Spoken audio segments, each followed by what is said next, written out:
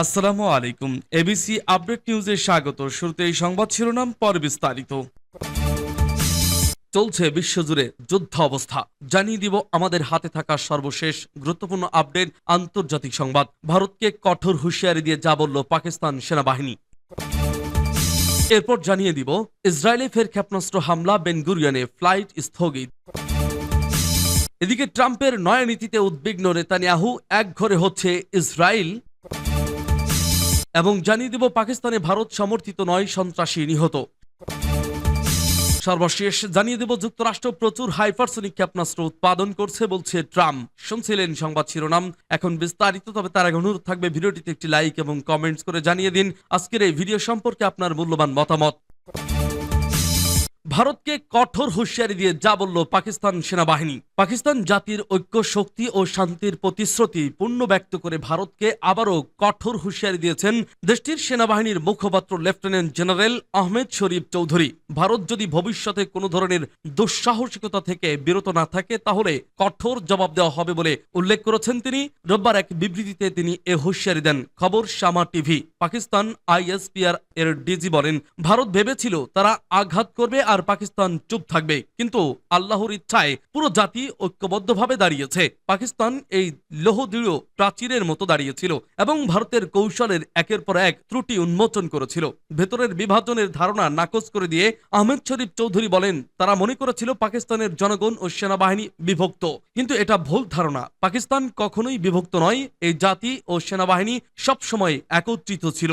ভারতের আগ্রাসনের জবাবে পাকিস্তানের পরিকল্পিত প্রতিক্রিয়ার বিবরণ দিয়ে গিয়ে সেনাবাহিনীর মুখপাত্র বলেন, আমাদের নেতৃত্ব সিদ্ধান্ত নিয়েছিল ভারতের 26টি স্থানে জবাব দেওয়া হবে। একটি বিশেষ ঘটনার কথা উল্লেখ করে তিনি বলেন, মুজফফরাবাদে যখন 7 বছর বয়সী ইর্তিজা ভারতীয় ব্রিগেড সদর দপ্তরের নির্দেশে গোলাবর্ষণে শহীদ হয়, তখন আমরা ওই ব্রিগেড সদর দপ্তর ধ্বংস করে দেই। ভারতের বিমান হামলার প্রসঙ্গ টেনে আহমদ শরীফ বলেন, 6 ও 7 তারিখে ভারতের বিভিন্ন বিমান ঘাঁটি থেকে জেট উড়ে এসে পাকিস্তানি শিশুদের লক্ষ্যবস্তু করে। আমরা সেই বিমান ঘাঁটিগুলো ধ্বংস করে জবাব দিয়েছি। ভারত হামলা চালিয়ে আজাদ কাশ্মীরের বহু সংখ্যক মসজিদ, মাদ্রাসা ও ধর্মীয় স্থাপনা ধ্বংস করে দেয়। তবে পাকিস্তান কোন বেসামরিক স্থাপনায় হামলা চালায়নি। এ বিষয়ে তিনি জোর দিয়ে বলেন, পাকিস্তান কখনোই বেসামরিক অবকাঠামো লক্ষ্য করে আঘাত করেনি। তার ভাষায়, আমাদের বাহিনীকে কোনো মন্দির, জনবসতি বা বেসামরিক স্থাপনা লক্ষ্য করে হামলা করছে না। আমরা শান্তিপ্রিয়, শান্তিকেই অগ্রাধিকার দেই। এরপরই তিনি হুঁশিয়ারি দিয়ে বলেন, যদি ভারত আবারও সেই একই ভুল করে তাহলে আমাদের জবাব আরো কঠোর হবে। আঞ্চলিক সন্ত্রাসবাদ নিয়ে কথা বলতে গিয়ে পাক আইএসপিআর ডিজি দাবি করেন, পাকিস্তানের প্রতিটি সন্ত্রাসী হামলার পেছনে ভারতের চেহারা স্পষ্ট। তিনি বলেন, যারা মসজিদে বোমা ফেলে নিরীহ মানুষ হত্যা করে, তাদের ইসলাম বা খাইবার পাখতুয়ানখোয়ার গৌরবময় ঐতিহ্যের সঙ্গে কোনো সম্পর্ক নেই। এরা ভারতের অনুসারী সন্ত্রাসী। চরমপন্থী মতাদর্শের সমালোচনা করে আহমেদ শরীফ বলেন, যখন খারিজি অর্থাৎ সন্ত্রাসী নেতারা বলেন শরিয়াহ নাকি অমুসলিমদের সাহায্য নিতে অনুমতি দেয়, আসলে তারা এটা বলে মানুষকে বিভ্রান্ত করছে। ইসলাম কখনো সত্য ও মিথ্যার সহাবস্থানে বিশ্বাস করে না। ইসলাম ও এই খারিজিরা একই সঙ্গে চলতে পারে না। তিনি আরো বলেন, তোমরা ভারতের কাছে সাহায্য চাও, এটা সেই দেশ যারা কাশ্মীরি নারীদের মর্যাদা লঙ্ঘন করে। তোমাদের লজ্জা হওয়া উচিত। ইসরায়েলে ফের ক্ষেপণাস্ত্র হামলা, বেন গুরিয়নের ফ্লাইট স্থগিত। ইসরায়েল অধিকৃত ভূখণ্ডে ইয়েমেন থেকে আবারও একটি ব্যালিস্টিক ক্ষেপণাস্ত্র হামলা চালানো হয়েছে, তবে সেটি প্রতিহত করা হয়েছে বলে দাবি করেছে ইসরায়েলি বাহিনী। রোববার ইসরায়েলি গণমাধ্যমের বরাত দিয়ে লেবাননের সংবাদ মাধ্যম আল মায়াদিন এ তথ্য দিয়েছে। প্রতিবেদনে বলা হয়, ক্ষেপণাস্ত্রটি তেল আবিবের গুরুত্বপূর্ণ বেন গুরিয়ন আন্তর্জাতিক বিমানবন্দর বা এর আশেপাশের এলাকাকে লক্ষ্য করে ছোড়া হয়েছিল।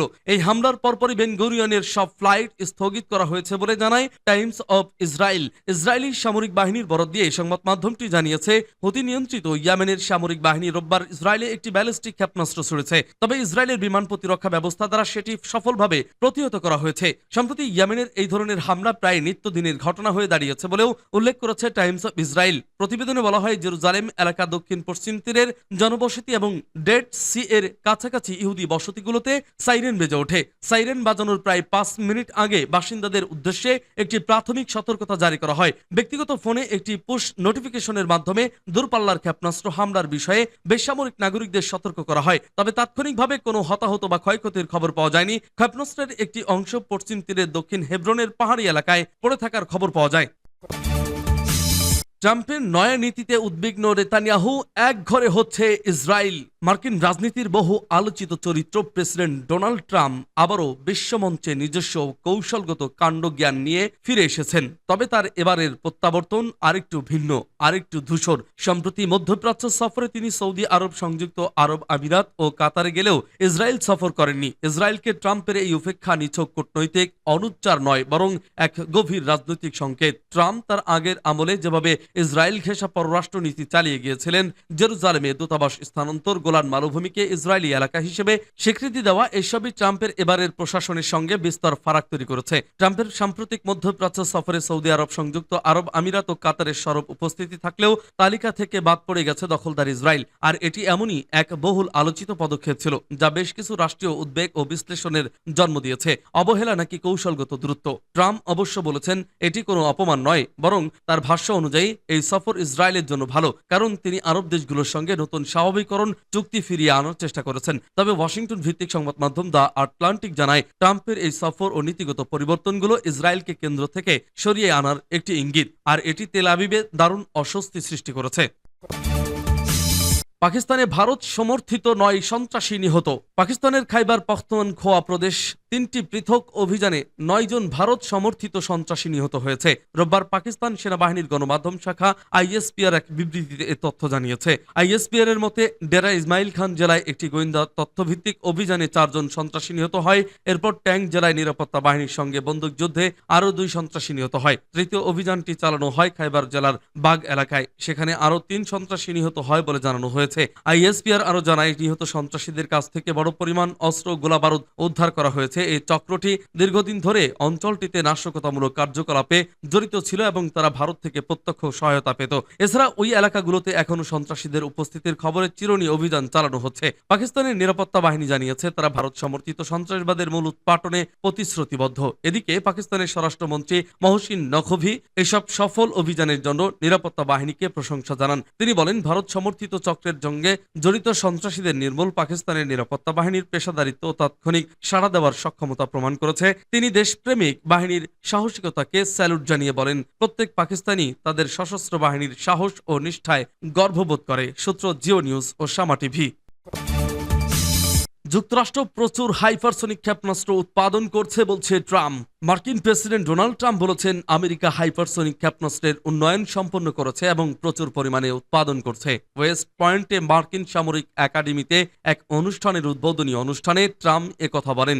এক প্রতিবেদনে এ তথ্য জানিয়েছে Mehr news agency. Donald Trump আর বলেন, আমরা এর ডিজাইনার, আমরা এখন এগুলো তৈরি করছি অনেক। তবে তিনি এ বিষয়ে বিস্তারিত কিছু বলেননি। ট্রাম্প আরও দাবি করেছেন, হাইপারসনিক ক্ষেপণাস্ত্র প্রযুক্তির নীল নকশা বারাক ওবামার আমলে চুরি হয়েছিল। তিনি বলেন, আপনারা জানেন আমাদের প্রযুক্তি চুরি হয়েছিল, আমরাই এর ডিজাইনার। ওবামা প্রশাসনের সময় আমরা এটি চুরি করেছিলাম, তারা এটি চুরি করেছে। আপনি জানেন কে এটি চুরি করেছে? রাশিয়ানরা এটি চুরি করেছে। খারাপ কিছু ঘটেছে। মার্কিন প্রতিরক্ষা বিভাগের কর্মকর্তারা আগে স্বীকার করেছিলেন যে হাইপারসনিক ক্ষেপণাস্ত্র তৈরিতে আমেরিকা, রাশিয়া এবং চীনের চেয়ে পিছিয়ে ছিল।